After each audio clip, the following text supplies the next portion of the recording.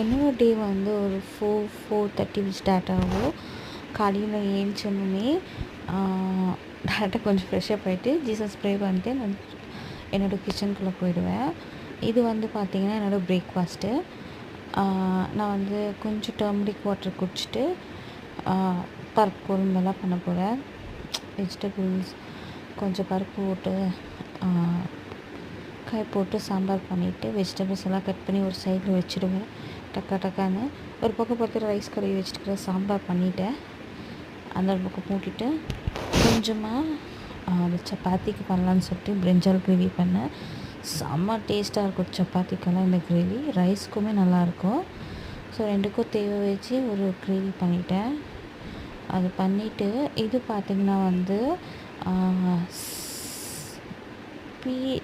சீமை பதனிக்காய் சொல்லுவாங்க.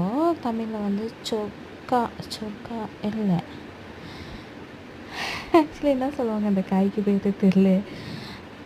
சோச்சக்காய் correct, S. சோச்சக்காயை போட்டு சப்பாத்தி பண்ண போகிறேன். அதை சுண்டிட்டு மசாலாலாம் போட்டு கொஞ்சம் நேரம் ஊற வச்சுட்டு அந்த தண்ணியெல்லாம் விட்டுட்டு பிறகு நம்ம பிசுக்கு பண்ணலாம்.